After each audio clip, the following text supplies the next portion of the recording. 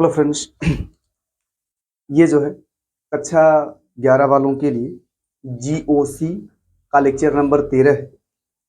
ठीक है, जीओसी कर ले आप लोग। ये जीओसी का लेक्चर नंबर 13 है। इसके पहले आपने क्या पढ़ा है? लेक्चर नंबर 12 पढ़ा है। लेक्चर नंबर 12 में आपने क्या पढ़ा है? आपने पढ़ा है इलेक्ट्रॉन स्नेही योगात्मक अभिक्रियाओं के बारे में। इलेक्ट्रॉन स्नेही योगात्मक अभिक्रिया सममित एल्कीन में, असममित एल्कीन में मैकेनिज्म वगैरह देखे आपने। और असममित एल्कीनों में आपने पढ़ा है जब इलेक्ट्रॉन स्नेही योगात्मक अभिक्रिया होती है तो वहाँ मार्कोनी-काफ का नियम फॉलो होता है। मार्कोनी-काफ के नियमानुसार जो है धनावेशित और ऋणावेशित भाग का योग होता है। देखो, मार्कोनी-काफ के नियम का यूज आप करने से पहले आपको असममित एल्कीनों में डबल बॉन्ड को इस प्रकार ब्रेक करना होता है कि प्राप्त होने वाला कार्बोधनान ज्यादा स्थायी हो। देखो, मार्कोनी-काफ का नियम है, ठीक है, कि मार्कोनी-काफ के नियमानुसार क्या होता है कि किसी भी असममित एल्कीन में ऋणावेशित भाग का योग डबल बॉन्ड के उस कार्बन, द्विबंध के उस कार्बन पर होता है जहां पर हाइड्रोजन की संख्या कम हो। यही लिखा है आपने कि जहां पर हाइड्रोजन की संख्या कम हो।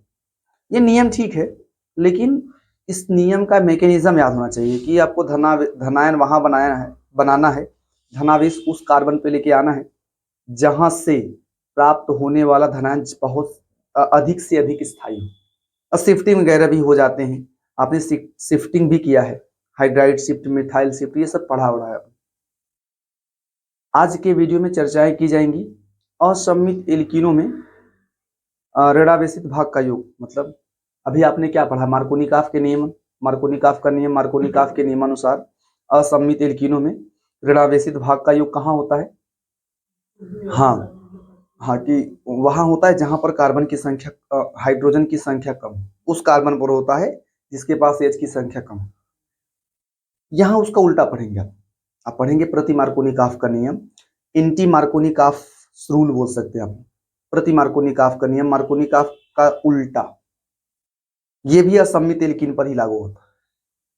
जो प्रति मार्कोनी-काफ का नियम है ये भी असममित एल्कीनों पर ही लागू होता है। असममित एल्कीनों में ऋणावेशित भाग का योग कहाँ करेंगे आप? जहां पर हाइड्रोजन की संख्या ज्यादा होगा। ये मार्कोनी-काफ के नियम को उल्टा होगा। अब कैसे पहचानेंगे कि यहाँ मार्कोनी-काफ का नियम लगाना है, यहाँ जो है मार्कोनी-काफ का उल्टा करना है, प्रति मार्कोनी-काफ का नियम?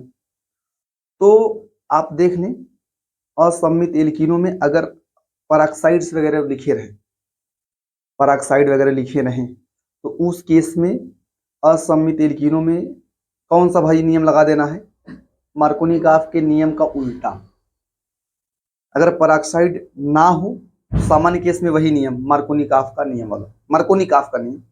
जैसे कि एग्जांपल देखिए लो, जैसे देखिए अगर ऐसा लिखा हो CH3CH डबल बॉन्ड CH2 है, यहाँ पे नॉर्मली HBr जोड़ना है, तो वही मार्कोनी-काफ का नियम लगाएंगे। आपको इसको इधर ब्रेक करना है, यहाँ H की संख्या कम है, यहाँ H की संख्या ज्यादा है, तो ये प्लस ये माइनस, ऋणावेशित भाग को कहाँ जोड़ेंगे? जहाँ H की संख्या कम हो। आपको जो प्रोडक्ट मिलेगा वो मिलेगा CH3CH, यहाँ Br मिलेगा, ये CH3 मिल जाएगा। ठीक है, अगर यही जो केस है, यहीं पे क्या मिल जाए आपको? HBr लिखा रहे और साथ में लिख दे पराक्साइड। क्या लिख दे? पराक्साइड लिख दिया जाए, तो उस केस में आप क्या करें? ठीक है, यहाँ नीचे लिखा रहे पराक्साइड, कोई भी पराक्साइड हो सकता है, हाइड्रोजन पराक्साइड, बेंजोइल पराक्साइड, जो भी पराक्साइड हो जाए। ठीक है, ऐसा लिखा हो, मान लीजिए कि मतलब पराक्साइड लिखे नहीं, बस जानते थे आप लोग, कोई भी पराक्साइड हो। मान लो ऐसा लिखा हो, CH3 लिखा हो, CH2CH डबल बॉन्ड CH2, ऐसा हो, यहाँ भी HBr जोड़ना हो और पराक्साइड लिखे हो। अगर पराक्साइड लिखे हो तो मार्कोनी-काफ के नियम का उल्टा कर देंगे आप। इसको खैरास प्रभाव भी कहा जाता है, इसी को पराक्साइड प्रभाव भी कहा जाता है। जो प्रति मार्कोनी-काफ का नियम है, इसी को क्या बोलते हैं? खैरास प्रभाव या पराक्साइड प्रभाव। ये पराक्साइडों की उपस्थिति में होता है। खैरास नामक वैज्ञानिक ने इसको देखा था, इसकी डिस्कवरी की थी। ठीक है, तो खैरास प्रभाव कहा जाता है क्योंकि खैरास नामक वैज्ञानिक ने देखा था। और ये जो है मार्कोनी-काफ के नियम का उल्टा है, इसीलिए इसको प्रति मार्कोनिकॉफ का नियम भी कह दिया जाता है। ठीक है, और तो मान लीजिए यहाँ पे जोड़ेंगे, अगर आप पेरोक्साइड हो जाए तो ये असम्मित एल्कीन, ये भी असम्मित एल्कीन। यहाँ पे क्या करेंगे आप, धनावेशित भाग ऋणावेशित भाग, ऋणावेशित भाग को कहाँ जोड़ेंगे, जहाँ पे हाइड्रोजन की संख्या ज्यादा हो, तो ऋणावेशित भाग को यहाँ जोड़ेंगे और धनावेशित भाग को यहाँ। ऋणावेशित भाग का योग यहाँ करेंगे और धनावेशित भाग का योग यहाँ, तो आपको मिलेगा क्या, CH3 मिल जाएगा, और क्या मिलेगा, हाँ CH2 हो जाएगा और CH2Br ये मिलेगा। अब यहाँ बात करें, यहाँ Br जुड़ेगा, यहाँ H जुड़ेगा, आपको मिलेगा क्या, CH3 मिल जाएगा, CH2 मिल जाएगा, और यहाँ पे मिलेगा क्या आपका, यहाँ पे H आ जाएगा और यहाँ पे Br, CH2Br मिलेगा। समझ पा रहे हैं आप लोग, तो यही है, ये मार्कोनिकॉफ के नियम का उल्टा है। अगर आप इसका मैकेनिज्म करना चाहें, क्रिया विधि, तो मान लो आपने अगर ये इस प्रकार का पेरोक्साइड ले लिया आपने, C6CH5, C double bond O, फिर OO, तो ये हो जाए आपका, ठीक है। आप इसको बेंजोइल पेरोक्साइड कह सकते हैं, मान लो ये पेरोक्साइड आपका हो जाए, ठीक है।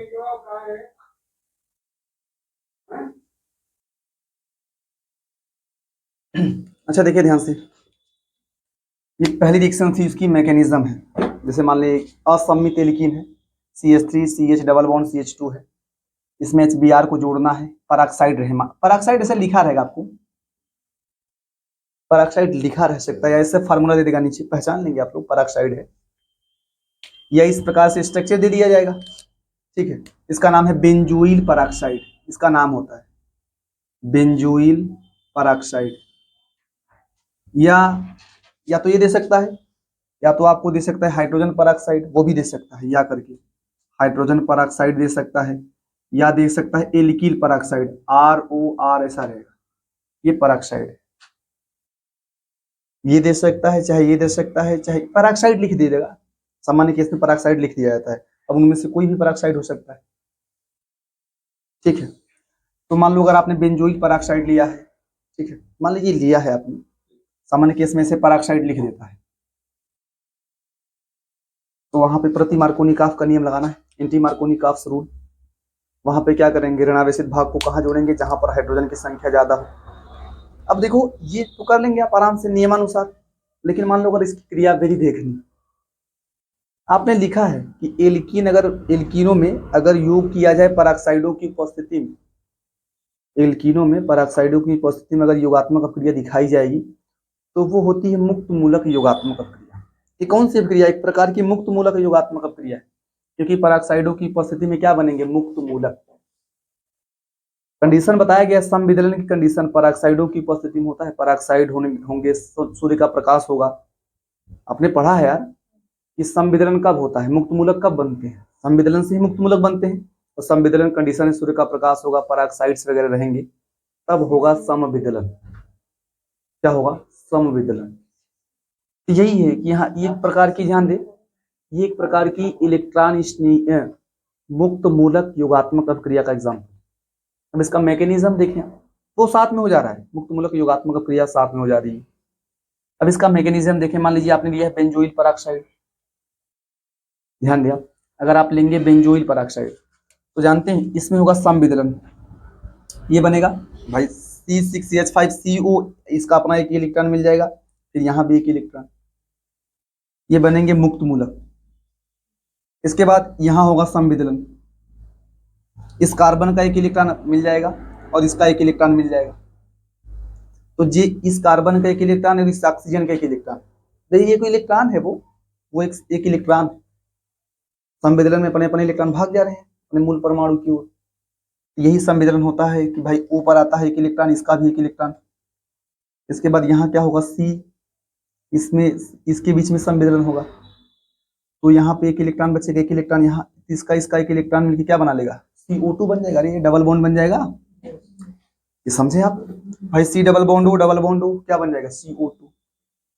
तो कितने, दो अणु हैं तो दो CO2 बन जाएगा, और दो ठो आपको मिलेगा C6H5, और एक मुक्त मूलक एक इलेक्ट्रॉन के साथ, एक इलेक्ट्रॉन के साथ में मिलेगा इसके बाद फिर ये ना, अभी आप इस मुक्त मूलक को लाएंगे, अब ना इसमें क्या करेंगे, एच बी आर से बनाएंगे मुक्त मूलक। देखो ये दोनों स्टेप होते हैं ना, इनको बोलते हैं, इन दोनों स्टेप को बोलते हैं प्रारंभन। क्या बोलते हैं? इसमें मुक्त मूलक बनते हैं विशेष रूप में मुक्त मूलक। जैसे यहाँ मुक्त मूलक बना, फिर इससे ये मुक्त मूलक बना, फिर ये जो मुक्त मूलक बना है ये एच बी आर से बी आर को मुक्त मूलक के रूप में बनाएगा। अब बी आर को ही जोड़ना है, लेकिन देखो यहाँ तक जो स्टेप हो रही है वो सब में क्या हो रहा है, मुक्त मूलक बन रहे हैं। मुक्त मूलकों का क्या हो रहा है, निर्माण हो रहा है। मुक्त मूलकों का निर्माण यहाँ से यहाँ तक लेके पूरा बी आर तक बनाएंगे, ये मुक्त मूलक बन रहे हैं। अब ये बी आर मुक्त मूलक बना है, अब ये जुड़ेगा एल्कीन, और यहाँ भी क्या होगा, सूर्य के प्रकाश में होगा संविदलन होगा, एक इलेक्ट्रॉन इसका एक इलेक्ट्रॉन इसका। अब देखो, अब बी आर के जुड़ने के चांसेस यहाँ भी है। अब देखो ध्यान से, बी आर के है ना, बी आर के जुड़ने के चांसेस यहाँ भी है, यहाँ भी है, दोनों चांसेस। अगर मान लो बी आर यहाँ जुड़ेगा तो ये एक इलेक्ट्रॉन बचा रहेगा ना, तो आपको ना अगर बी आर यहाँ जुड़ेगा तो आपको इस प्रकार की स्पीसीज मिलेगी। अगर बी आर यहाँ जाके जुड़ता है तो इसका एक इलेक्ट्रॉन बचा रहेगा, तो आपको इस प्रकार की स्पीसीज मिलेगी, ये मिलेगा। और मान लो अगर बी आर यहाँ जाके जुड़े तो इसका एक इलेक्ट्रॉन बचा रहेगा, ये वाली मिलेगी। ये आपका देखो, ये आपका मुक्त मूलक है, ये भी क्या है, मुक्त मूलक। ये आपका फर्स्ट डिग्री मुक्त मूलक है, और ये कौन सा है, ध्यान दीजिए आप, ये आपका क्या है, ये फर्स्ट डिग्री मुक्त मूलक है, और ये कौन सा है, सेकेंड डिग्री। तो बताइए मुक्त मूलकों का स्थायित्व क्या होता है, सेकेंड थर्ड डिग्री सबसे अधिक स्थायी होता है, फिर सेकेंड डिग्री, फिर फर्स्ट डिग्री, फिर मेथिल वगैरह होते हैं, ऐसा आपको याद है। तो इन दोनों में ज्यादा स्थायी है तो यहाँ से प्रोडक्ट मिलेगा, इससे भी मिलेगा, लेकिन ये वाला प्रोडक्ट कम बनेगा, ये वाला प्रोडक्ट कम मिलेगा, अब वो वाला प्रोडक्ट ज्यादा मिलेगा, तो इसी को ध्यान दें आप। तो ये ज्यादा स्थायी सेकेंड डिग्री मुक्त मूलक है। क्लियर हो पा रहे हैं? फिर इसमें देखो ये मिला है ना, अब फिर से देखो एच बी आर का एक अणु और लाया जाता है। आपको थोड़ा इसको बना के रखना पड़ेगा, बी आर मुक्त मूलक के रूप में यहाँ से यहाँ तक, कि भाई देखो शुरू में यहाँ मुक्त मूलक संविदलन होगा तो इस भाई ओ के भाई अपना अपना इलेक्ट्रॉन अलग होंगे, फिर यहाँ से CO2 निकलेगा, फिर इसके ये मुक्त मूलक के रूप में बचेगा। अब ये मुक्त मूलक एच बी आर से बी आर को मुक्त मूलक के रूप में, भाई एच इलेक्ट्रॉन, ये इसका एक इलेक्ट्रॉन इसका एक इलेक्ट्रॉन, ये एक इलेक्ट्रॉन खींच लेगा, एच को खींच के बॉन्ड बना लेगा एच के साथ में, आपको मिल जाएगा C6H6 मिल जाएगा, फिर बी आर मुक्त मूलक के रूप में निकल जाएगा। अब ये बी आर मुक्त मूलक के रूप में हाँ एल्कीन में जुड़ेगा। अब ये स्टेप थोड़ा याद रखें आपके, बी आर के जुड़ने के चांसेस यहाँ भी है, यहाँ भी। अगर यहाँ जुड़ेगा तो सेकेंड डिग्री मुक्त मूलक मिलेगा, अगर बी आर यहाँ जुड़ेगा तो सेकेंड डिग्री मुक्त मूलक ये बचा रहेगा। अगर बी आर यहाँ जुड़ेगा तो फर्स्ट डिग्री मुक्त मूलक, सेकेंड डिग्री वाला ज्यादा स्थायी रहेगा, तो बी आर को जोड़ के फिर यही जो ज्यादा स्थायी उसको लाना है। फिर एक B R H B R को लाएंगे, यहाँ से क्या मिलेगा आपको पता है, एच के एक इलेक्ट्रॉन मिलेंगे और बी आर के एक इलेक्ट्रॉन मिलेंगे। एच को आपको यहाँ जोड़ना है, बी आर को नहीं जोड़ना है, किसको जोड़ेंगे आप, एक बार बी आर जोड़ चुके हो, अब किसको जोड़ना है, एच को जोड़ना है। तो एच को लाने के लिए आपको एच बी आर लेना पड़ेगा। जैसे आप बी आर जोड़ चुके हैं, एच को छोड़ा हुआ था अभी, मतलब एच तो उसके साथ जुड़ गया था, अभी आप एक और एच बी आर लाएंगे क्योंकि एच की आवश्यकता है, बी आर तो जुड़ चुका है, अभी एच को जुड़ना है, तो एच आके इधर जुड़ेगा, फिर बी आर जिस रूप में आया था, मतलब मुक्त मूलक के रूप में आया था, निकल गया, मतलब यहाँ मुक्त मूलक के रूप में आया था, रिएक्शन कराने के बाद फिर निकल गया मुक्त मूलक। और यह अभिक्रिया जब तक एल्कीन रहेगा, जब तक एल्कीन रहेंगे तब तक यह अभिक्रिया फिर से होती रहेगी, बार बार बी आर बनता रहेगा, रिएक्शन होती रहेगी, बी आर बनता रहेगा, रिएक्शन।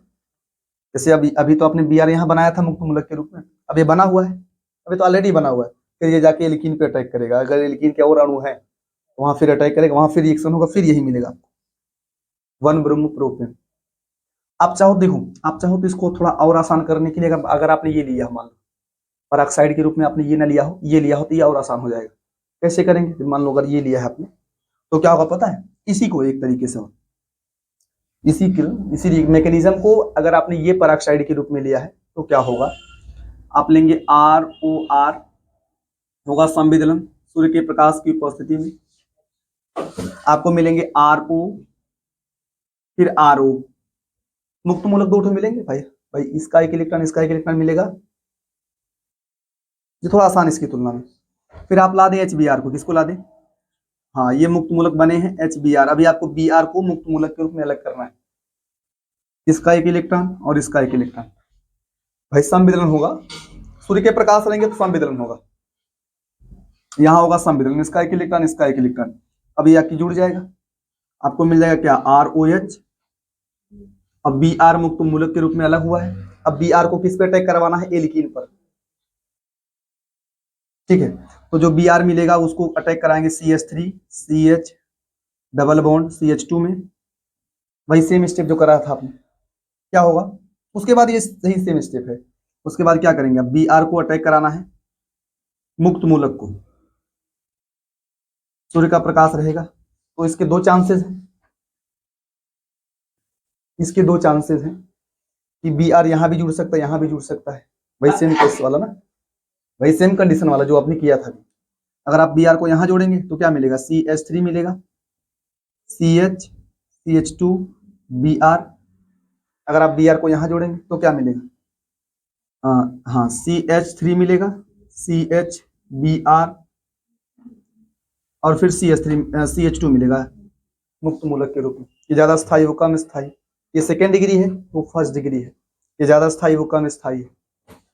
फिर इसी पे क्या करेंगे, जो बना है ना, इसी पे आप जो ज्यादा बना है जो ज्यादा स्थायी है CH CH2 Br पे आप HBr के दूसरे अणु का अटैक कराएंगे, संविदलन होगा।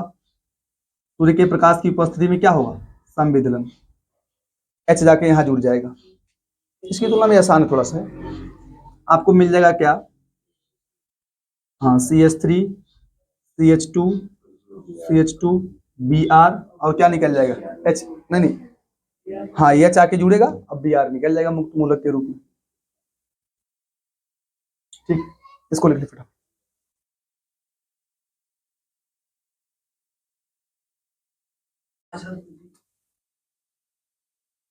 अच्छा देखिए ध्यान से, अभी आपने क्या पढ़ा है, अभी आपने पढ़ा है खैराश प्रभाव के बारे में, पराक्साइड प्रभाव या खैराश प्रभाव या प्रति मार्कोनिकॉफ का नियम, उसकी मैकेनिज्म भी देखा है कि देखो खैराश प्रभाव में क्या होता है कि असम्मित एल्कीन में, या प्रति मार्कोनिकॉफ का नियम क्या है कि किसी भी असम्मित एल्कीन में आप ऋणावेशित भाग का योग मार्कोनिकॉफ के नियम के विपरीत करते हैं, ठीक है, और यह पराक्साइडों की उपस्थिति में प्रदर्शित होता है। खैराश प्रभाव पराक्साइडों की उपस्थिति में प्रदर्शित होता है, दिखाई देता है, इसीलिए इसे पराक्साइड प्रभाव भी कहा जाता है। तो ध्यान दें आप, जैसे मान ले लिया आपने CH3 CH double bond CH2 और ले लीजिए आप कोई भी पराक्साइड ले लो, लिखा रहेगा पराक्साइड, ठीक है, और आप ले सकते हैं ROR, ऐसा लिख सकते हैं ना, RO डबल OR। और तो इसमें क्या होगा, HBr जोड़ना, ये पराक्साइड का एग्जांपल है, और आपको मान लीजिए HBr जोड़ना, तो अगर मैकेनिज्म नहीं करना है तो सामान्य केस में मार्कोनिकॉफ के नियम का उल्टा कर दीजिए। अगर पराक्साइड वगैरह रहे तो आप ऋणावेशित भाग को कहाँ जोड़ेंगे, जहां हाइड्रोजन की संख्या ज्यादा हो, तो यहाँ Br को जोड़ देंगे, यहाँ H को जोड़ देंगे, आपको जो प्रोडक्ट मिलेगा वो CH3 CH2 CH2 Br, इसका नाम है प्रोपीन। प्रोपीन से क्या मिला है, 1 ब्रोमोप्रोपेन, 1 ब्रोमोप्रोपेन।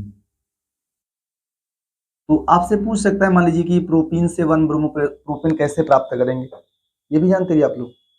प्रोपीन से आप 1 ब्रोमोप्रोपेन भी प्राप्त कर सकते हैं और प्रोपीन से 2 ब्रोमोप्रोपेन भी प्राप्त कर सकते हैं। अगर पराक्साइड ना रहे तो Br यहां जुड़ेगा ना, तो आपको मिलेगा 2 ब्रोमोप्रोपेन। पराक्साइड ना हो तो ब्रोमो यहां मिलेगा, 2 ब्रोमोप्रोपेन मिल जाएगा, और पराक्साइड अगर रहेगा तो Br यहां जुड़ेगा, आपको मिलेगा 1 ब्रोमोप्रोपेन। दोनों तरीका पूछ सकता है वो, ठीक है।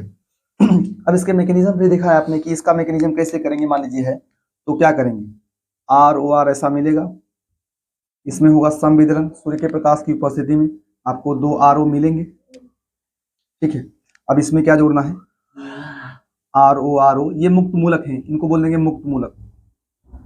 ये देखो, ये आपकी देखो एल्कीनों में पराक्साइडों की उपस्थिति में मुक्त मूलक योगात्मक अभिक्रिया दिखाई देती है। कौन सी अभिक्रिया, मुक्त मूलक योगात्मक अभिक्रिया। हालांकि आप जो है इलेक्ट्रॉन स्नेही योगात्मक अभिक्रिया की कैटेगरी में इसको पढ़ रहे हैं, लेकिन ये है कौन सा, मुक्त मूलक योगात्मक अभिक्रिया। पराक्साइड आ जाएंगे तो मुक्त मूलक योगात्मक अभिक्रिया होगा, और इसमें मुक्त मूलकों के थ्रू जो है ये रिएक्शन आगे बढ़ेगी। मैकेनिज्म वगैरह जब देखेंगे आप, क्रियाविधि देखेंगे, तो ये मुक्त मूलक, हाँ, मुक्त मूलक योगात्मक अभिक्रिया के थ्रू आगे बढ़ेगी। तो यहाँ पे मुक्त मूलक बनेगा। और अगर आप जो है मुक्त मूलक ले ली, इसमें HBr का जोड़ना पड़ेगा, तो यहाँ होगा संविदलन। सूर्य का प्रकाश रखें आप चाहे तो, सूर्य का प्रकाश रहेगा, तो ये देखो यहाँ से H जुड़ जाता है, आपको मिल जाता है ROH, और Br मिलता है मुक्त मूलक के रूप में। फिर ये Br जो है एल्कीन पे आक्रमण करता है, आपको मिलता है CH3, CH double bond CH2, मुक्त मूलक का अटैक होगा। ठीक है, तो यहाँ पे होता है संविदलन। वहां तो अपने से, ठीक है, यहाँ होता क्या है संविदलन, इसके पास मुक्त मूलक आता है, इसके पास मुक्त मूलक आता है, यहाँ भी बनेगा मुक्त मूलक, यहाँ भी बनेगा मुक्त मूलक। Br के जुड़ने का चांस यहाँ भी है, Br के जुड़ने का चांस यहाँ भी। ठीक है, अब देखो मान लीजिए Br यहाँ जुड़े तो आपको मिलेगा CH3, CH, CH2, Br। और मान लीजिए Br यहाँ जुड़े तो आपको क्या मिलेगा, CH3, CH, Br, और यहाँ क्या मिलेगा, CH2 पे मुक्त मूलक बचा रहेगा। ये आपका क्या है, सेकेंड डिग्री मुक्त मूलक है, ये ज्यादा स्थायी है। ये सेकेंड डिग्री मुक्त मूलक है, और कौन सा है, फर्स्ट डिग्री मुक्त मूलक है। ये अधिक स्थायी है और वो क्या है, कम स्थायी है। अब इसी से प्रोडक्ट आगे बढ़ेगा, तो यहां से क्या करेंगे आप, CH3, CH, CH2, Br। अब आप HBr को लाएं, मुक्त मूलक, ये एक मुक्त मूलक बनेगा, एक H पे मुक्त मूलक, Br पे मुक्त मूलक, H जाके यहाँ जुड़ जाएगा, आपको मिल जाएगा क्या, CH3, CH2 हो जाएगा, और CH2, Br। ये इसकी मैकेनिज्म है, क्रिया विधि। अच्छा, मैं आपको चीज बता दूं, ध्यान देना, अगर आप HBr के स्थान पे HCl या HI लो, HF नहीं लेना है कि HF की क्रियाशीलता बहुत कम है भाई, उसकी HF में देखो F का साइज छोटा होता है, बॉन्ड लेंथ बहुत कम होता है, आबंध लंबाई बहुत कम होती है, HF बहुत कम क्रियाशील होता है। HF का यूज नहीं किया जाता है, HCl, HBr, HI इन्हीं सब का यूज किया जाता है। अगर आप यहाँ पे HCl, आपको ये रटना है ध्यान से, HCl या HI लेंगे तो पराक्साइडों की उपस्थिति में भी मार्कोनी-काफ के नियमानुसार ही योग होता है। अगर आप HBr के स्थान पर HCl या HI लो तो पराक्साइड रहे चाहे पराक्साइड ना रहे, वहां जो योग होता है वो किसके अनुसार होता है, मार्कोनी-काफ के नियम के अनुसार ही होता है। यही आपको विशेष पॉइंट रटना है कि कभी कभी अगर HCl देगा तो पराक्साइड हो तो भी कोई दिक्कत नहीं, नॉर्मली जोड़ के हट जाना है। समझ पा रहे हैं? तो यही एक नोट लिखवा दिया जा रहा है, HCl अथवा HI में ना, HI की उपस्थिति में, ऐसा लिख सकते हैं आप, HI एल्कीन में सदैव, कौन सा एल्कीन, असम्मित एल्कीन बोल सकते हैं, एल्कीन में सदैव मार्कोनी-काफ के नियमानुसार जुड़ते हैं, मार्कोनी-काफ के नियमानुसार जुड़ते हैं, चाहे पराक्साइड रहे चाहे न रहे, कोई बात नहीं। जैसे अगर आप यहाँ पे CH3 ले लें, CH डबल बॉन्ड CH2 ले लें, HCl को जोड़ना हो, चाहे पराक्साइड रहे चाहे न रहे, पराक्साइड रहे चाहे न रहे, आपको नॉर्मली Cl को यही जोड़ना है। समझ पा रहे हैं? या तो याद रखें, इसको याद रखेंगे इस बात की। आपको मिलेगा CH3, CH, Cl और CH2, H जुड़ जाएगा, CH3 हो जाएगा। HBr के केस में ही पराक्साइड होगा तो अलग केस है, मार्कोनी-काफ का नियम फॉलो होगा। और पराक्साइड अगर, ठीक है, पराक्साइड अगर नहीं रहेगा, ठीक है, पराक्साइड नहीं रहेगा तो मार्कोनी-काफ के नियमानुसार जुड़ेगा, अगर पराक्साइड रहेगा तो फिर मार्कोनी-काफ के नियम का उल्टा। ठीक है, अब देखो ये देखिए, एक मतलब मैंने ऐसे करा दिया है, मुक्त मूलक योगात्मक क्रिया क्या है, वही सेम मैंने बताया था ना। अगर एल्कीन हो, आपके पेरोक्साइड की उपस्थिति में एल्कीनों में जो योग होगा, ये तो सम्मित एल्कीन था, सम्मित एल्कीन था, ये असम्मित एल्कीन था भाई। इसका ये मुक्त मूलक योगात्मक क्रिया ही है। ये जो अभी आपने पढ़ा था खैरास प्रभाव, उसमें क्या देखेंगे, मुक्त मूलक योगात्मक क्रिया। ये असम्मित एल्कीन था, ये कौन सा एल्कीन है, सम्मित एल्कीन। कहीं भी बॉन्ड ब्रेक करो ऐसे, आपको फिक्स नहीं, चाहे जहां जोड़ सकते हैं, चाहे जहां बी आर जोड़ सकते हैं। लेकिन यहाँ जब मैकेनिज्म देखेंगे तो ऐसा कोई है नहीं कि बी आर चाहे जहां जोड़ सकते हैं। आपने देखा बी आर जब यहाँ जुड़ेगा, बी आर अगर यहाँ जुड़ेगा तो आपको सेकेंड डिग्री मुक्त मूलक मिलेगा, अगर बी आर यहाँ जुड़ेगा तो फर्स्ट डिग्री मुक्त मूलक मिलेगा। तो उस हिसाब से भाई ज्यादा स्थायी यहाँ से प्रोडक्ट आगे बढ़ेगा। लेकिन यहाँ तो कोई फिक्स है नहीं, चाहे जहां बी आर को आप चाहे जहां जोड़ सकते हैं, एच को चाहे जहां। तो यहाँ जो है संविदलन होगा, एक इलेक्ट्रॉन इसको मिलेगा, एक इलेक्ट्रॉन इसको मिलेगा, चाहे जहां एच को जोड़ दे। मान लीजिए एच को यहाँ जोड़ दिया गया है, मान लीजिए आप एच को यहाँ जोड़ दिया गया है, बी आर को यहाँ जोड़ दिया गया है, उस हिसाब से प्रोडक्ट मिल जाएगा। क्लियर हो पा रहे हैं? इसको लिख लें आप, इसके बाद आपको पढ़ाया जाएगा क्या, नाभिक स्नेही योगात्मक क्रिया। अच्छा थोड़ा लिखवा दूं मैं आपको। इसके बाद आप क्या पढ़ेंगे, नाभिक स्नेही योगात्मक, नाभिक स्नेही योगात्मक क्रिया। ये आपका थर्ड रिएक्शन है, ठीक है। अंग्रेजी में क्या लिखेंगे इसके लिए, न्यूक्लियोफिलिक, न्यूक्लियोफिलिक एडिशन रिएक्शन,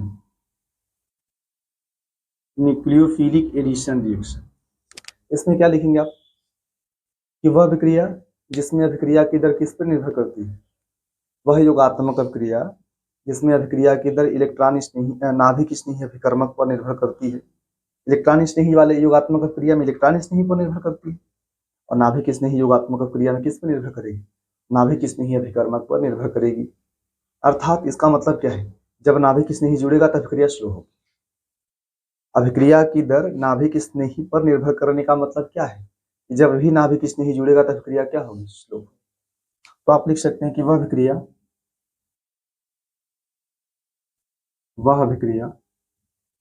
योगात्मक अभिक्रिया भी कह सकते हैं, जिसमें अभिक्रिया की दर, जिसमें अभिक्रिया की दर किस पर भाई, नाभिक स्नेही, नाभिक स्नेही अभिकर्मक पर, अभिकर्मक पर निर्भर करती है, निर्भर करती है, क्या कहलाता है, नाभिक स्नेही, नाभिक स्नेही योगात्मक अभिक्रिया कहलाता है। अभिक्रिया कहलाता है, ठीक है। अब इसको फटाफट लिखें, फिर इसको लिखें, इसके एग्जांपल्स दिए जा रहे हैं। अच्छा देखिए ध्यान से, नाभिक स्नेही योगात्मक अभिक्रिया के विषय में आपने क्या लिखा है कि नाभिक स्नेही योगात्मक अभिक्रिया में अभिक्रिया की दर किस पर निर्भर करती है, नाभिक स्नेही अभिकर्मक पर, ठीक है, नाभिक स्नेही अभिकर्मक पर निर्भर करती है। तो देखो ध्यान से, जो नाभिक स्नेही योगात्मक अभिक्रिया होता है, सामान्य केस में एल्डिहाइड कीटोन साइनाइड्स वगैरह दिखाता, साइनाइड भी दिखाता है, एल्डिहाइड कीटोन साइनाइड ये सब दिखाते हैं, ठीक है। तो मान लीजिए एल्डिहाइड और कीटोन की बात कर ले, मान लीजिए एल्डिहाइड और कीटोन में C double bond O group होता है, चाहे एल्डिहाइड की बात करें चाहे कीटोन की बात करें, उनमें क्या होता है, सी डबल बॉन्ड ओ समूह, ये होता है। इसको बोलते हैं, आप लिख सकते हैं एल्डिहाइड एवं कीटोन को दिखा रहे हैं, ये एल्डिहाइड हो सकता है या क्या हो सकता है, कीटोन।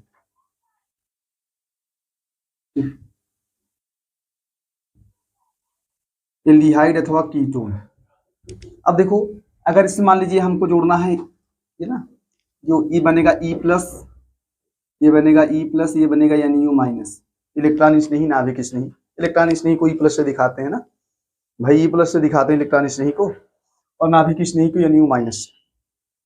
अगर इस रिएक्शन को पूरा करना हो, सामान्य केस में अगर पूरा करना है तो आप क्या करेंगे पता है, और तो क्या करेंगे, इस बॉन्ड को ब्रेक करेंगे, प्लस आएगा माइनस आएगा। इस रिएक्शन को पूरा करना है तो आप क्या करेंगे, E plus N U minus में ब्रेक करेंगे और ये बॉन्ड ब्रेक होगा प्लस माइनस में। तो आप क्या करेंगे, जहाँ प्लस है वहाँ माइनस को जोड़ देंगे, जहाँ माइनस है वहाँ प्लस को जोड़ देंगे। आपको जो प्रोडक्ट मिलेगा, प्रोडक्ट इस प्रकार से मिल जाएगा ना, ओ माइनस के पास कौन जुड़ जाएगा, ई प्लस जुड़ेगा भाई, ओ माइनस के पास ई प्लस जुड़ेगा और एन यू या के सी के पास जुड़ जाएगा, यही मिलेगा भाई। माइनस वाला कार्बन के पास जुड़ेगा और प्लस वाला ऑक्सीजन के पास। और ये अभिक्रिया किसकी उपस्थिति में होती है, थोड़ा ध्यान रखें। जो ये अभिक्रिया है किसकी उपस्थिति में होती है उसको आप याद रखें। यह अभिक्रिया दुर्बल अम्ल या दुर्बल क्षार की उपस्थिति में होती है। बहुत विशेष बात याद रखें, जो नाभिक स्नेही योगात्मक अभिक्रिया होती है किसकी उपस्थिति में होती है, दुर्बल अम्ल अथवा दुर्बल क्षार। ठीक है। अच्छा मान लीजिए अगर मैकेनिज्म करें, दुर्बल अम्ल के केस में मैकेनिज्म थोड़ा अलग प्रकार से होता है और दुर्बल क्षार के केस में अलग प्रकार से। सबसे पहले मैं बात करता हूं दुर्बल क्षार वाला, फिर दुर्बल अम्ल वाला। अक्सर केस में दुर्बल क्षार वाला मैकेनिज्म ही यूज किया जाता है, दुर्बल अम्ली वाला नहीं। कौन सा, दुर्बल क्षारी वाला। तो मान लीजिए मैं बात करूं दुर्बल अगर क्षारी माध्यम की बात करें, दुर्बल क्षारी माध्यम में योगात्मक अभिक्रिया, योगात्मक अभिक्रिया क्षारी माध्यम लिख लें, क्षारी माध्यम में। ठीक है। तो मान लीजिए दुर्बल क्षारी माध्यम हो तो उसमें जानते हैं क्या होगा, सबसे पहले देखो ऐसे होगा सी डबल बॉन्ड ओ, इसको आप ब्रेक करेंगे, ये क्रियाविधि है, एक ही से चलता रहेगा। इसको ब्रेक करेंगे, यहाँ आएगा प्लस, यहाँ आएगा माइनस। ठीक है। तो अगर क्षारी माध्यम है ना तो उस केस में देखो ये आपका टूटता है ना, E plus N U minus, आप ई एन यू को चाहे ब्रेक कर लें, E plus N U minus. क्षारी माध्यम में पहले नाभिक स्नेही जुड़ता है, ये थोड़ा सा याद रखने वाली बात, बढ़िया है ना आपके लिए, कि इलेक्ट्रॉन स्नेही योगात्मक अभिक्रिया में पहले आपने इलेक्ट्रॉन स्नेही को जोड़ा था। तो नाभिक स्नेही योगात्मक अभिक्रिया में ऐसा नहीं कि पहले नाभिक स्नेही को जोड़ना है, क्षारी माध्यम होगा तो पहले नाभिक स्नेही जुड़ेगा, अभिक्रिया स्लो हो। क्षारीय माध्यम में पहले क्या जुड़ता है, नाभिक स्नेही जुड़ता है एन यू माइनस। यह अभिक्रिया क्या होती है, स्लो होती है, इसी को आरडीएस कहा जाता है। क्या कहा जाता है, आरडीएस। तो ये आपका एन यू माइनस जुड़ेगा पहले, फिर आपको क्या मिलेगा, ओ माइनस मिलता है एन यू। ठीक है, ऐसा रहेगा। इसके बाद अगले स्टेप में क्या जुड़ता है, हाँ अगले स्टेप में आपका इलेक्ट्रॉन स्नेही जुड़ता है। यह अभिक्रिया फास्ट हो, ये क्षारी माध्यम का मैं कही, क्षारी माध्यम में, दुर्बल क्षारी माध्यम में पहले क्या जुड़ेगा, नाभिक स्नेही। यह अभिक्रिया स्लो होती है, आरडीएस होती है। और ये जो है अगले स्टेप में क्या जुड़ता है, इलेक्ट्रॉन स्नेही। अभिक्रिया फास्ट होती है, फिर आपको ये मिल जाता है प्रोडक्ट, ओ ई मिल जाता है एन यू माइनस। अगर बात करें, ध्यान दें, दुर्बल अम्लीय माध्यम की बात करें, दुर्बल अम्लीय अगर माध्यम हो तो उसमें योगात्मक अभिक्रिया कैसे होगी, क्रियाविधि है दोनों, ये इसकी क्रियाविधि है अम्लीय माध्यम की, ये क्षारीय माध्यम की क्रियाविधि है अम्लीय माध्यम। अम्लीय माध्यम पहले क्या होता है, पहले इलेक्ट्रॉन स्नेही जुड़ता है, फिर नाभिक स्नेही। लेकिन चूंकि ये योगात्मक अभिक्रिया है तो जब नाभिक स्नेही जुड़ेगा तो अभिक्रिया स्लो होगी। अभिक्रिया की दर उसी पर निर्भर करती है जब नाभिक स्नेही जुड़ता है। जब नाभिक स्नेही जुड़ेगा तो अभिक्रिया स्लो होगी। क्षारीय माध्यम में पहले नाभिक स्नेही जुड़ता है, अम्लीय माध्यम में बाद में, पहले इलेक्ट्रॉन स्नेही, बाद में क्या जुड़ता है, नाभिक स्नेही। अक्सर केस में यही मैकेनिज्म यूज किया जाता है, दुर्बल क्षारीय वाला। ठीक है। तो अगर मान लीजिए अम्लीय माध्यम ले लिया जाए तो पहले आप क्या जोड़ेंगे, इलेक्ट्रॉन स्नेही ई प्लस को जोड़ेंगे। यह अभिक्रिया क्या होगी, फास्ट होगी। क्या होगी, फास्ट होगी। इसको ब्रेक करेंगे आप, यहाँ आएगा प्लस, यहाँ आएगा माइनस, जहां माइनस आएगा वहां ई प्लस को जोड़ देंगे आप, सी प्लस आएगा और ओ पे आएगा माइनस। जानते हैं ये मिला है कार्बोधनायन। क्या मिला है, देखो इस पे जितना तेज एन यू माइनस जुड़ेगा प्रोडक्ट उतना फास्ट बनेगा ना। इस पे जो है जितना तेज एन यू माइनस जुड़ेगा प्रोडक्ट क्या होगा, उतना ही फास्ट बनेगा।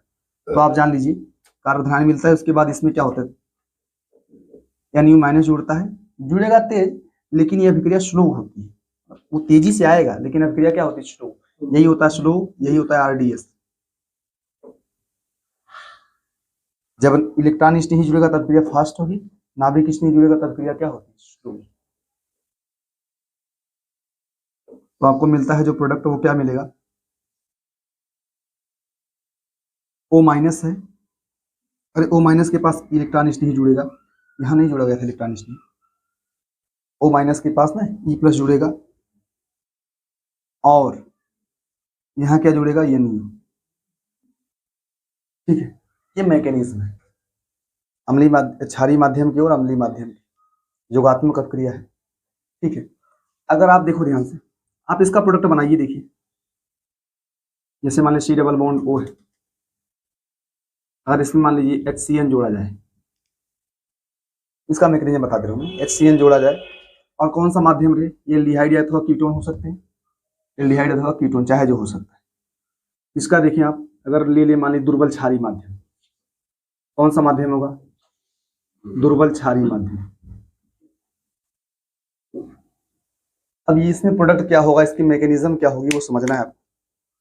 देखो ध्यान से, क्षारीय माध्यम का मतलब OH माइनस रहेगा ना यार, क्षारीय माध्यम का मतलब OH माइनस रहेगा, यही तो है क्षारीय माध्यम। अब देखो नॉर्मली केस में अगर आपको जोड़ना है तो H प्लस कर लेंगे, Cn माइनस कर लेंगे, आप इसको आराम से जोड़ लेंगे ना, प्लस माइनस कर लेंगे, माइनस वाले के पास H को जोड़ देंगे और कार्बन पे प्लस है तो Cn को जोड़ लेंगे, जो प्रोडक्ट मिलेगा वो क्या मिलेगा, COH मिल जाएगा और Cn मिल जाएगा। ठीक है, अगर किसी कार्बन से OH और Cn जुड़े होते हैं तो इस प्रोडक्ट का नाम होता है साइनोहाइड्रिन। क्या नाम होता है, साइनोहाइड्रिन। अगर साइनाइड भी हो OH भी हो तो उसका नाम होता है साइनोहाइड्रिन। अब इसकी मैकेनिज्म क्या है वो समझना है, क्रियाविधि इसकी कैसे होती है वो समझना है। ठीक है, प्रोडक्ट आराम से बना लेंगे, मैकेनिज्म कैसे बनाना है। तो देखो सबसे पहले क्या होता है ना, कि सबसे पहले क्या होता है कि OH माइनस होता है, HCN लाएंगे आप, H plus Cn minus, OH minus वहां से ना H प्लस को खींच के H2O बनाता है, क्या बनाता है, H2O बना दिया, ऐसे H2O बना दो, ये थोड़ा सा रिवर्सिबल होता है यार, और Cn माइनस मिल जाता है, सबसे पहले ये मिलता है। इसके बाद क्या होगा ना, ये Cn माइनस किस पे अटैक करेगा, Cn माइनस जो है ये अटैक करेगा किस पर भाई, ये टूटेगा प्लस माइनस में, यहाँ अटैक कर लेगा। अब देखो जब नाभिक स्नेही, ये नाभिक स्नेही ना यार, नाभिक स्नेही जुड़ेगा अभिक्रिया स्लो, Cn माइनस क्या होता है, नाभिक स्नेही, ये अभिक्रिया होती है स्लो। अब क्या मिलता है प्रोडक्ट के रूप में, O पे माइनस बचेगा और ये क्या बचेगा, Cn। ठीक है, अब अगले स्टेप में क्या होगा, जो H2O नहीं होगा, जैसे इसको ला दें हम O माइनस Cn, इसके बाद आपका H2O आएगा, वो यहाँ से H प्लस देता है, इसको यहाँ से H प्लस देता है, यह अभिक्रिया होती है फास्ट। ठीक है, तो इस प्रकार से देखिए यहाँ जुड़ जाता है और आपको मिल जाता है जो OH मिल जाता है और Cn मिल जाता है, नहीं OH H मिलेगा ना और OH माइनस निकल जाता है, OH माइनस जिस प्रकार से आया था अभिक्रिया करा के वैसे निकल लेता है, इसको छापे फटाफट। अच्छा देखो ध्यान से, यहाँ पे H2O लिखो, या नॉर्मली अगर आप H2O नहीं करना चाहते समझ लो कि H प्लस देगा, पहले Cn माइनस को जोड़ लिया, फिर अगले स्टेप में किसको जोड़ दे, अम्ल को जोड़ दे, मिल जाएगा साइनोहाइड्रिन। ये कौन दिखाते हैं, एल्डिहाइड अथवा कीटोन। एल्डिहाइड और कीटोन में अगर आप HCN को जोड़ेंगे किस माध्यम में भाई, दुर्बल क्षारीय माध्यम। यहाँ पीएच का मान 10 से 12 के बीच होता है, क्षारीय माध्यम का मतलब पीएच का मान कितना रहेगा भाई, पीएच वैल्यू हाई होना चाहिए ना, तो यहाँ पे जो पीएच का मान होता है वो क्या लेंगे आप, 10 से 12 के बीच ले सकते हैं। ठीक है, क्षारीय माध्यम होता है दुर्बल।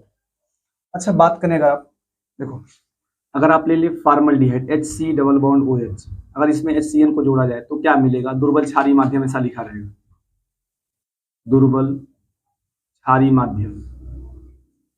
अगर आप ले मान लीजिए ये फॉर्मल्डिहाइड है ना, फॉर्मल्डिहाइड, अगर मान लीजिए इसका नाम है एसिटल्डिहाइड, फॉर्मल्डिहाइड है और ये कौन सा है, एसिटल्डिहाइड है।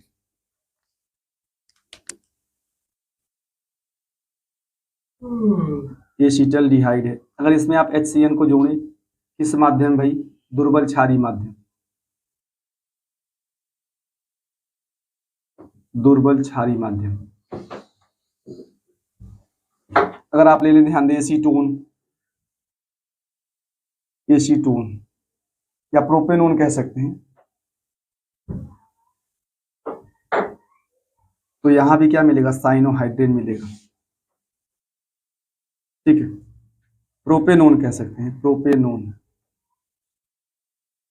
दुर्बल क्षारीय माध्यम रहेगा।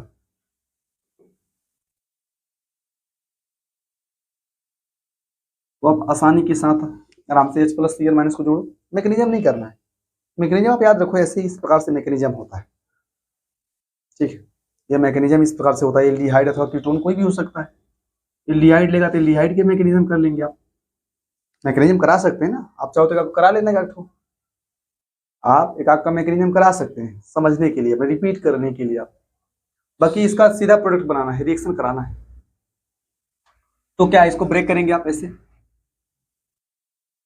ठीक है, आप ऐसा ब्रेक कर लें, लेकिन जब भी बनाए प्रोडक्ट ऐसे इस प्रकार से बनाओ कि सी कर लो, एक तरफ H इधर H, और इधर क्या होगा, O- के पास कौन जाके जुड़ेगा, H+ जाके जुड़ेगा, OH बन जाएगा, CN बन जाएगा। इसका नाम होता है फॉर्मल्डिहाइड साइनोहाइड्रेट। जैसे फॉर्मल्डिहाइड, आप इसको फॉर्मल्डिहाइड साइनोहाइड्रेट बोल सकते हैं, इसका पूरा नाम होगा फॉर्मल्डिहाइड, फॉर्मल्डिहाइड साइनोहाइड्रीन। अब यहाँ देखिए एसिटल्डिहाइड, यहाँ पे देखिए आप CH3, ऐसे ब्रेक कर लेंगे ना H+Cl- में, क्या मिलेगा आपको, H मिलेगा, OH मिलेगा, CN मिल जाएगा। इसका नाम होगा एसिटल्डिहाइड साइनोहाइड्रीन, अगर आप इसका नाम लिखना चाहें, एसिटल्डिहाइड, एसिटल्डिहाइड क्या मिलेगा, साइनोहाइड्रीन। इसकी बात करें, यहाँ क्या मिलेगा आपको, प्रोपेनोन साइनोहाइड्रीन बोल सकते हैं, OH मिलेगा, CN मिलेगा। इसका नाम क्या होता है, एसीटोन या प्रोपेनोन कह लें, चलो एसीटोन या प्रोपेनोन जो भी कह सकते हैं। एसीटोन मान लीजिए कह लिया हमने, इसका नाम हो जाएगा एसीटोन साइनोहाइड्रीन। ठीक, तो ये आपने क्या पढ़ा अभी, योगात्मक अपक्रिया में पढ़ा, इलेक्ट्रॉन स्नेही योगात्मक अपक्रिया, नाभिक स्नेही योगात्मक अपक्रिया, और मुक्त मूलक योगात्मक अपक्रिया भी देख लिया आपने। खैरास प्रभाव में मुक्त मूलक योगात्मक अपक्रिया को देखा आपने। अभी आपको इसके बाद क्या पढ़ा जाएगा, अगली जो रिएक्शन होगी आप पढ़ेंगे प्रतिस्थापन अपक्रिया। क्या पढ़ेंगे आप, प्रतिस्थापन अपक्रिया। ठीक है, आप इसको बोल सकते हैं सब्स्टिट्यूशन, सब्स्टिट्यूशन रिएक्शन। ठीक है, इसको SN से दिखाते हैं, सब्स्टिट्यूशन रिएक्शन को SN दिखाया जाता है। हाँ, कैपिटल S लिख देते हैं, इसे SN रिएक्शन बोल सकते हैं आप। ठीक है, नाभिक स्नेही प्रतिस्थापन अभिक्रिया को SN रिएक्शन कह सकते हैं, SN अभिक्रिया। क्या होता है, अरे रुको पहले, नाभिक स्नेही नहीं यार, केवल प्रतिस्थापन अभिक्रिया, इसको SN नहीं लिखते, वो तो नाभिक स्नेही प्रतिस्थापन। 3 टाइप का होता है, नाभिक स्नेही प्रतिस्थापन होता है, इलेक्ट्रॉन स्नेही प्रतिस्थापन होता है, मुक्त मूलक प्रतिस्थापन होता है। ठीक है, नहीं नहीं, देखो ध्यान से, प्रतिस्थापन अभिक्रिया, प्रतिस्थापन अभिक्रिया क्या होता है, वह अभिक्रिया जिसमें कोई परमाणु या परमाणु समूह किसी दूसरे परमाणु या परमाणु समूह को हटाकर उसका स्थान स्वयं ले लेता है, इस अभिक्रिया को आप क्या बोलते हैं, प्रतिस्थापन अभिक्रिया। प्रतिस्थापन अभिक्रिया किसे बोलते हैं, वह अभिक्रिया, ठीक है, इसके विषय में क्या लिखेंगे आप, वह अभिक्रिया जिसमें कोई परमाणु या परमाणु समूह, कोई परमाणु या परमाणु समूह किसी दूसरे परमाणु या परमाणु समूह को हटाकर, परमाणु या परमाणु समूह को हटाकर उसका स्थान क्या ले लेता है, स्वयं, उसका स्थान स्वयं ले लेता है, उस अभिक्रिया को आप क्या बोलते हैं, प्रतिस्थापन अभिक्रिया कहते हैं। तो उसे प्रतिस्थापन अभिक्रिया कहा जाता है,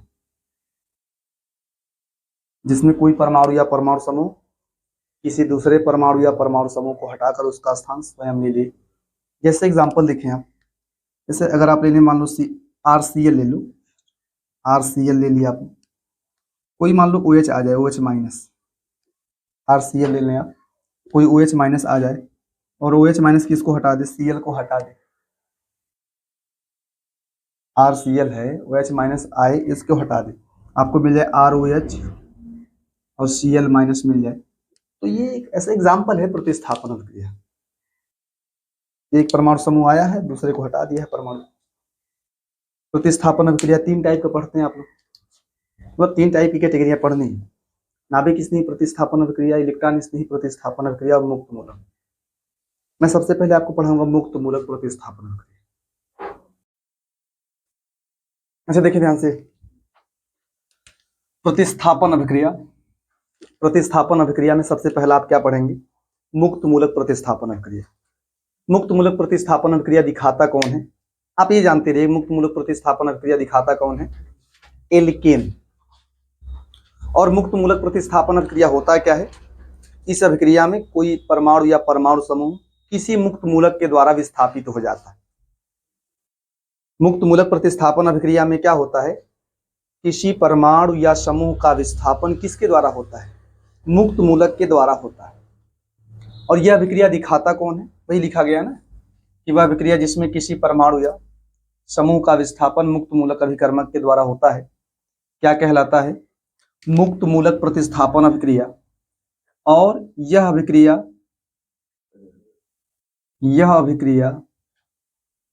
एल्केनों द्वारा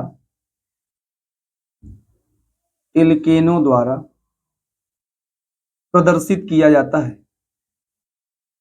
वो भी जानते किसकी उपस्थिति में, सूर्य के प्रकाश की उपस्थिति में। मुक्त मूलक वाली बात हो रही तो सूर्य का प्रकाश रहेगा, ठीक है। तो यह अभिक्रिया एल्केनों द्वारा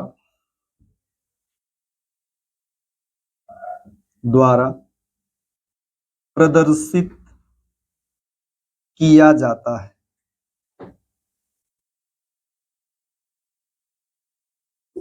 एल्केन में सबसे सरलतम एल्केन मेथेन है। मान लीजिए मेथेन में दिखाना हो, ठीक है, मेथेन में दिखाना हो तो यहाँ सबसे पहला मैं दिखा रहा हूँ। अब मुक्त मूलक प्रतिस्थापन अभिक्रिया में सबसे पहला आप पढ़ेंगे हैलोजनीकरण।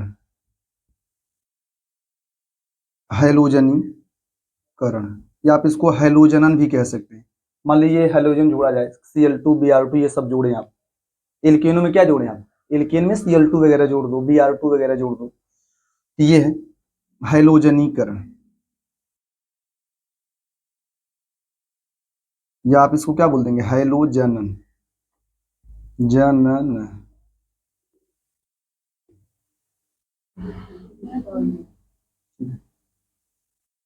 हैलोजनन, ठीक है। तो मान लीजिए हैलोजन को जोड़ना है, किसको जोड़ेंगे आप लोग, हैलोजन का योग लिख सकते हैं आप लोग, हैलोजन का योग होगा, हैलोजन का योग होता है। अब देखो, जैसे मान ले आप एल्केन कोई ले लें, मेथेन मान लो, उसमें आप कोई हैलोजन जोड़ लो, चलो मैंने Cl2 कर दिया, Br2 वगैरह हो सकते हैं, मान लो Cl2 कर दिया है, मेथेन लिया है, तो अगर आप Cl2 जोड़ेंगे किसकी उपस्थिति में भाई, सूर्य का प्रकाश रहेगा। मीथेन में क्लोरीन को जोड़ा जाए किसकी उपस्थिति में, सूर्य के प्रकाश की उपस्थिति में, तो होगा क्या, H न्यू, ठीक है। तो होता क्या है, अगर इसका नॉर्मली देखेंगे, नॉर्मली क्या होता है, ये 2 Cl बनेगा, एक Cl जाएगा, H को हटा देगा।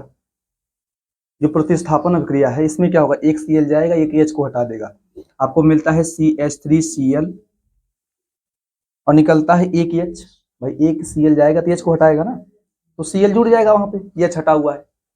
TH बचे हुए Cl से क्रिया करके HCl बना लेगा। तो आप HCl को निकाल लें कि माइनस HCl हो रहा है, HCl निकल रहा है, CH3Cl बन रहा है और साथ में क्या बन रहा है, HCl। तो HCl को उस तरफ ना लिखिए, आप इस तीर के नीचे लिखिए माइनस में, यहाँ प्लस में रहेगा तो यहाँ क्या आ जाएगा, माइनस में लिख दिया। माइनस का मतलब HCl निकल रहा है। और ये अभिक्रिया यही नहीं रुकती है, ऐसा नहीं कि एक बार Cl जुड़ जाए फिर अभिक्रिया रुक जाएगी। ये अभिक्रिया रुकती नहीं है, ये अभिक्रिया तब तक होती है जब तक सारा का सारा H Cl के द्वारा प्रतिस्थापित ना हो जाए।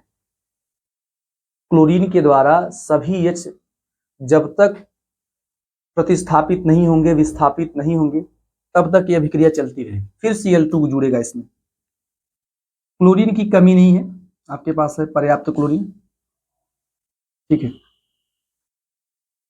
अगर आप क्लोरीन का एक अणु थोड़ा लेंगे, जैसे मान लीजिए क्लोरीन से क्रिया करानी है तो क्लोरीन का एक अणु नहीं लेंगे आप, क्लोरीन के बहुत सारे अणु लिए जाते हैं और उनमें से कितना यूज होता है कितना नहीं होता है बात अलग है। अब ये क्लोरीन फिर से जुड़ेगा तो फिर क्या मिलेगा आपको, आपको देखो यहां से क्या मिलेगा, एक 2 Cl मिलेगा, एक Cl चला जाएगा, एक Cl ऑलरेडी है, एक Cl और जाएगा, वो जो जाएगा H को हटाएगा वहां से, TH2 हो जाएगा। Cl जाएगा तो H को हटाएगा, एक Cl ऑलरेडी है, एक Cl और गया है H को हटाने के बाद, ठीक है। तो CH2 हो जाएगा और Cl है एक और एक Cl और गया, Cl2 हो जाएगा, CH2 Cl2। फिर जो H निकला हुआ है वो बचे हुए Cl के साथ अभिक्रिया करके क्या बना लेगा, HCl। तो जो यहाँ निकलेगा, एक Cl गया आपको निकल जाएगा, मिल जाएगा क्या, CH2 हो जाएगा Cl2, ठीक है। फिर क्या निकल जाएगा, HCl। फिर से इसमें क्रिया होगी, आप Cl2 फिर जोड़ लें, सूर्य का प्रकाश रहना है, Cl2 जोड़ेंगे फिर सूर्य के प्रकाश की उपस्थिति, तो 2 Cl मिलेगा आपको, ठीक है। तो क्या होगा, एक Cl जाएगा H को हटाएगा, 2 Cl ऑलरेडी है, एक Cl जाएगा H को हटाएगा, तो H एक ही रह जाएगा ना, CH रह जाएगा। अब Cl 3 हो जाएगा, 2 है एक और गया, तो आपको मिलेगा CHCl3। और क्या निकल जाएगा, जो H निकला हुआ है वो बचे हुए Cl से क्रिया करके HCl निकाल लेगा। ये क्रिया फिर से होगी, ठीक है, सूर्य के प्रकाश की उपस्थिति में, ठीक है। सूर्य के प्रकाश की उपस्थिति में क्लोरीन फिर से क्रिया करेगा तो आपको क्या मिलेगा, 2 Cl रहेंगे, एक Cl जाएगा H को हटाएगा, भाई 2 Cl हैं, एक Cl जाएगा H को हटाएगा, तो आपको क्या मिलेगा, H हट गया, Cl अभी 3 है, एक और चला जाएगा तो क्या मिलेगा, CCl4। और जो H हटा हुआ है वो अगले Cl से, जो बचा हुआ Cl होगा उससे क्रिया करके क्या निकाल लेगा, HCl। ये पूरी अभिक्रिया है। आप चाहें तो इस पूरी अभिक्रिया को एक शॉर्ट फॉर्म में लिख सकते हैं, ये तो बारी बारी से ही, आप चाहो तो इसको शॉर्ट फॉर्म में क्या कर सकते हैं, CH4 कर लो, CH4। कितना Cl2 यूज किया आपने, 1 2 3 4, 4 Cl2 यूज किया है, CH4 में 4 Cl2 जोड़ा आपने तो 4 HCl निकला है और CCl4 मिला है। अगर आपने 4 Cl2 जोड़ दिया है तो रिजल्ट में क्या मिला है, CCl4, और कितना HCl मिलेगा, मतलब 4 HCl निकल जाएगा। तो जो आपको प्रोडक्ट मिलेगा, हाँ यहाँ पे 4 Cl2 जोड़ दें, सूर्य का प्रकाश रखें आप, क्या मिलेगा आपको, CCl4 प्लस 4HCl, ये निकल जाएगा। ये रिएक्शन है, ये मैकेनिज्म नहीं है। अब इसकी मैकेनिज्म कराने की क्या क्या होता है, क्रियाविधि। तो अगर इसकी क्रियाविधि करानी है तो ध्यान दें आप, क्या होगा, सबसे पहले इसकी मैकेनिज्म में 3 स्टेप होते हैं, ठीक है। मैकेनिज्म में, क्रियाविधि में, किसकी क्रियाविधि है, मुक्त मूलक प्रतिस्थापन अभिक्रिया की जो क्रियाविधि है, ध्यान दें आप लोग, मुक्त मूलक प्रतिस्थापन अभिक्रिया की जो क्रियाविधि है, इसमें 3 स्टेप, ये 3 चरणों में पूर्ण होती है, 3 स्टेप में पूर्ण होती है। कौन कौन से स्टेप होते हैं, सबसे पहला स्टेप होता है प्रारंभन, एक होता है संचालन और एक होता है समापन। प्रारंभम, मुक्त मूलक बन बन के मतलब मुक्त मूलक बनना शुरू होता है। संचालन में क्या होता है, मुक्त मूलक जुड़ते हैं, एल्केन में मुक्त मूलक जुड़ते हैं, उनका संचालन होता है, योग होता है समझ एक तरीके से। और समापन में क्या होता है, मुक्त मूलक हाँ समाप्त होते हैं। अब कैसे समाप्त होते हैं बताया जाएगा। तो देखिए ध्यान से, सबसे पहला स्टेप क्या है, मुक्त मूलक का प्रारंभन। पहला स्टेप क्या है, प्रारंभन, अंग्रेजी है इनिशिएशन। इनिशिएशन क्या होगा, ध्यान दें आप। सबसे पहले क्या होता है, Cl2 लेंगे आप, सूर्य का प्रकाश रहेगा, क्या होगा, 2 Cl मिलेंगे, ऐसे Cl भाई यहाँ पे होगा संविदलन, सूर्य का प्रकाश रहेगा Cl2 में, तो क्या दिखाई देगा आपको, ऐसा कर सकते हैं आप लोग, Cl के बीच में होगा संविदलन, तो 2 Cl मिलेंगे, ये 2 Cl एक इलेक्ट्रॉन है, आप डॉट बोल सकते हैं, डॉट मतलब एक इलेक्ट्रॉन है, ये आपको मुक्त मूलक मिला हुआ है, ठीक है, मुक्त मूलक, ठीक है, ये मुक्त मूलक बनेगा। अगले स्टेप में क्या होता है, अगला जो आपका है वो है संचालन। संचालन अंग्रेजी में बोलते हैं प्रोपेगेशन, ठीक है, संचालन को आप क्या बोलते हैं, प्रोपेगेशन। प्रोपेगेशन में क्या होगा, एल्केनों में अब ये मुक्त मूलक बना हुआ है ना, 2 ये जुड़ेंगे। अब कैसे होता है ये समझना है। जो एल्केन लिए आपने, देखिए ध्यान से, CH4 लिया आपने, इसमें आप एक Cl लाएंगे मुक्त मूलक वाला, Cl डॉट, सूर्य का प्रकाश रहेगा, ठीक है, Cl डॉट लाएंगे।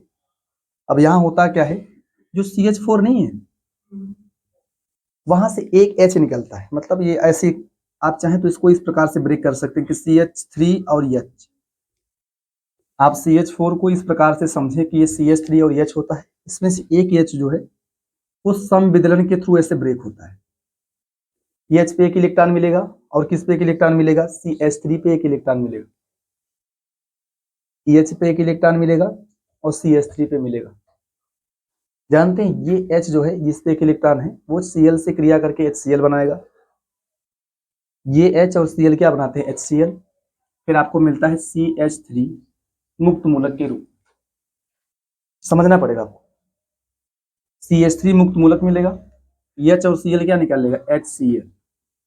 अब इसके बाद ये जो मुक्त मूलक बना हुआ है ये फिर आता है, ठीक है, CH3 पे एक इलेक्ट्रॉन है, इसकी क्रिया फिर Cl2 से कराई जाती है सूर्य के प्रकाश की उपस्थिति में, ठीक है, Cl2 से कराई जाती है सूर्य के प्रकाश की उपस्थिति में, तो यहां से क्या मिलता है, 2 Cl मिलेंगे, Cl मुक्त मूलक के रूप में मिलते हैं, एक Cl इसके साथ में, इसका एक इलेक्ट्रॉन इसका एक इलेक्ट्रॉन मिलके बॉन्ड बनाता है, CH3Cl बन जाता है, CH3 का मुक्त मूलक है और ये मुक्त मूलक है, इनमें से ये मिलके बनाएगा CH3Cl, फिर आपको मिलेगा क्या, Cl मुक्त मूलक के रूप। अब जो Cl नहीं बना है, अब फिर यहां से ये मुक्त मूलक बनाएगा, जैसे पहले क्या होगा, ये मुक्त मूलक आया, इसको मुक्त मूलक के रूप में बना दिया, ये मुक्त मूलक यहां से H ले गया, ये बना मुक्त मूलक, ये मुक्त मूलक बना। अगले स्टेप में जो ये मुक्त मूलक बना हुआ है इसमें आप Cl2 जोड़ेंगे, इसका मुक्त मूलक, भाई Cl2 में दो Cl मिलेंगे मुक्त मूलक के रूप में, एक Cl का एक मुक्त मूलक, अगला मुक्त मूलक, एक एक इलेक्ट्रॉन मिलके बॉन्ड बनाएंगे, CH3Cl मिल जाएगा, फिर एक Cl डॉट इलेक्ट्रॉन, Cl का डॉट इलेक्ट्रॉन बचा रहे। अगले स्टेप में क्या होगा, मतलब इनको आप एक स्टेप मानो कि ये एक है, अगले में फिर क्या होगा कि ये CH3Cl नहीं होगा, CH3Cl, यहाँ Cl फिर वो आएगा ना, वो मुक्त मूलक बनाएगा, यहाँ से कैसे बनाएगा, वही H लेके चला जाएगा, फिर इसका एक इलेक्ट्रॉन बचा रहेगा, संविदलन होगा, H पे एक इलेक्ट्रॉन मिलेगा और इस कार्बन पे एक इलेक्ट्रॉन बचेगा, तो जो H का इलेक्ट्रॉन होगा वो Cl के साथ बॉन्ड बनाएगा, HCl, क्या बनाएगा, HCl, फिर आपको मिलेगा क्या, CH2 मिलेगा और Cl ये मिलेगा, और कार्बन के एक इलेक्ट्रॉन बचेगा ना भाई, क्योंकि यहाँ पे H है वो कार्बन के बीच में संविदलन हुआ, ऐसा मान लिया, सूर्य का प्रकाश से संविदलन होगा, निकलेगा क्या, HCl। फिर क्या होगा, फिर ध्यान दें आप, फिर आप इसमें ना Cl2 जोड़ना है, क्या जोड़ना है, CH2Cl में फिर क्या जोड़ेंगे आप, Cl2 जोड़ेंगे, दो Cl मुक्त मूलक के रूप में मिलेगा, दो Cl मुक्त मूलक के रूप में मिलेगा। फिर क्या हुआ, ये बॉन्ड बना लेंगे, CH2 Cl, एक और Cl गया है तो Cl2 मिलेगा। फिर आपको मिलेगा ये, अब ये फिर यहां से एक H लेगा, मुक्त मूलक बनाएगा, ये Cl नहीं है। मतलब इनको आप ये पूरा मानो कि एक स्टेप, एक बार मुक्त मूलक बना फिर इसमें Cl2 जोड़ देना है, फिर Cl मुक्त मूलक के रूप में मिलेगा। जो Cl मुक्त मूलक के रूप में मिला है वो ना फिर यहां से H लेके जाएगा, फिर इसको मुक्त मूलक के रूप में कन्वर्ट करेगा। जो Cl बना है यहां से एक H लेके जाएगा, इसको किस रूप में कन्वर्ट करेगा, मुक्त मूलक के रूप। HCl निकल गया, फिर इस मुक्त मूलक में Cl2 जोड़ना है, तो Cl ये भाई बनाएगा क्या, CH2 Cl और Cl Cl2 मिल जाएगा, फिर ये मुक्त मूलक के रूप में निकला है। और ये प्रोसेस तब तक होता रहेगा जब तक सारा का सारा H हट ना जाए, उसके स्थान पे क्या चला है, Cl। ठीक है, थोड़ा मैं इसको मिटा दे रहा हूं। अच्छा देखिए ध्यान से, अब देखो अगर आपने ले लिया क्या, CH2 Cl2 लिया ना, CH2 Cl2 लिया है, फिर Cl लिया है मुक्त मूलक के रूप में, फिर यहां देखे क्या होगा, देखो Cl H निकाल लेगा भाई, H निकलेगा यहां से, HCl निकल जाएगा, फिर इसका एक इलेक्ट्रॉन बचा रहेगा, तो आपको मिलेगा क्या, CH रहेगा, CH, हाँ CH Cl2, एक इलेक्ट्रॉन रहेगा इसका, एक इलेक्ट्रॉन रहेगा, फिर निकल जाएगा HCl। फिर यहाँ क्या करना है देखो, फिर यहाँ पे क्या करना है, Cl2 को जोड़ना है, क्या जोड़ना है, Cl2, CHCl2 है, फिर Cl2 से क्रिया कराएंगे आप, दो Cl मिलेंगे, दो Cl मिलेगा ना, जिनमें से एक Cl जो है वो नहीं इसके साथ बॉन्ड बनाएगा, मुक्त मूलक बॉन्ड बना लेंगे ना, ये मुक्त मूलक CH हो जाएगा, और Cl क्या हो जाएगा, Cl2 और एक Cl हो जाएगा, Cl3 हो जाएगा, और फिर Cl निकल जाएगा। फिर क्या होगा अगला, फिर ये Cl होगा, हाँ इसको अगले स्टेप में कराएं आप, कि CH Cl3 आएगा, इसके साथ में Cl एक इलेक्ट्रॉन, विषम इलेक्ट्रॉन, तो ये क्या करेगा, H को लेके निकल जाएगा, आपको मिलेगा CCl3 और HCl निकल जाएगा, CCl3 और क्या निकल जाएगा, HCl। फिर ये जो CCl3 है इसमें आप क्या जोड़ेंगे, CCl3 में आप Cl2 को जोड़े, दो Cl मिलेगा, अब क्या होगा, ये Cl जाके जुड़ जाएगा, तो आपको क्या मिल जाएगा, CCl4 ना, एक इलेक्ट्रॉन मिलके CCl4 बना लेगा, और ये मिलेगा। आप कुल मिला के देखो, ऐसा समझे कि Cl मुक्त मूलक के रूप में आया है, और क्रिया कराने के बाद Cl मुक्त मूलक के रूप में निकल गया है। आप बस एक स्टेप सही समझे कि Cl आएगा, मुक्त मूलक बनाएगा, HCl निकलेगा, जो मुक्त मूलक बना है उसमें Cl2 को जोड़ना है, तो इसका मुक्त मूलक, इसका मुक्त मूलक, तो ये जाके यहाँ जुड़ जाएगा, एक बॉन्ड बनाएगा, फिर ये अपना Cl मुक्त मूलक के रूप में। अब ये मुक्त मूलक फिर इसे यहाँ से H को लेके जाएगा, जो कि अगले स्टेप में दिखाना है ना, ये एक H को लेके जाएगा, फिर अपना क्या बचेगा, जब H को लेके जाएगा समविदलन होगा, समविदलन, एक इलेक्ट्रॉन कार्बन को बचेगा, एक इलेक्ट्रॉन H को, तो H का इलेक्ट्रॉन और Cl का इलेक्ट्रॉन बॉन्ड बना लेगा, फिर अपना मुक्त मूलक बचा रहेगा। अब इस मुक्त मूलक में क्या जोड़ना है, Cl2, ऐसे बारी बारी से कब तक करेंगे, जब तक सारा का सारा H हट ना जाए, उसके स्थान पे Cl चला है। अब इसके बाद लास्ट स्टेप क्या होता है, वो होता है कौन सा, समापन। संचालन में ये होता है, मुक्त मूलक अब जुड़ते हैं एल्केन में, अब सारा का सारा जुड़ चुका है Cl ना यार, Cl का योग होता है संचालन में। अब इसके बाद होगा समापन, समापन में क्या होगा, मुक्त मूलक परस्पर जुड़ जुड़ के खत्म हो जाएंगे, Cl जुड़ के Cl2 बना लेगा, CH3 जुड़ के क्या बना लेगा, हाँ मतलब ये होता है ना। अगर मैं लास्ट समापन की हल्का सा बात कर लूं, समापन की क्या होता है, इसको अंग्रेजी में बोलते हैं टर्मिनेशन, क्या बोलते हैं, टर्मिनेशन। टर्मिनेशन में क्या होगा पता है, ऐसे बता दे रहा हूं, इसमें क्या होगा ना, जैसे Cl एक इलेक्ट्रॉन, ये Cl एक इलेक्ट्रॉन जुड़ के Cl2 मुक्त मूलक खत्म होंगे कुल मिला के, आप CH3 मुक्त मूलक को, CH3 मुक्त मूलक को परस्पर जोड़ दें, ये मिल जाएगा CH3 क्या मिल जाएगा, CH3। अगले में क्या करना है, CH3 मुक्त मूलक को Cl मुक्त मूलक से जोड़ देना है, कि इतना मतलब ऐसा है, कुछ होता है कि मुक्त मूलक परस्पर जुड़ते हैं, जैसे CH3 Cl बना था वो Cl2 बनाएगा, CH3 मुक्त मूलक CH3 मुक्त मूलक से जुड़ेगा, ये बनने का चांस होता है, बहुत कम, ऐसा कुछ है नहीं। और CH3 मुक्त मूलक Cl मुक्त मूलक से मिलकर ये बनाएगा, ये इसका मैकेनिज्म है। ठीक है, इसको छाप ले फटाफट।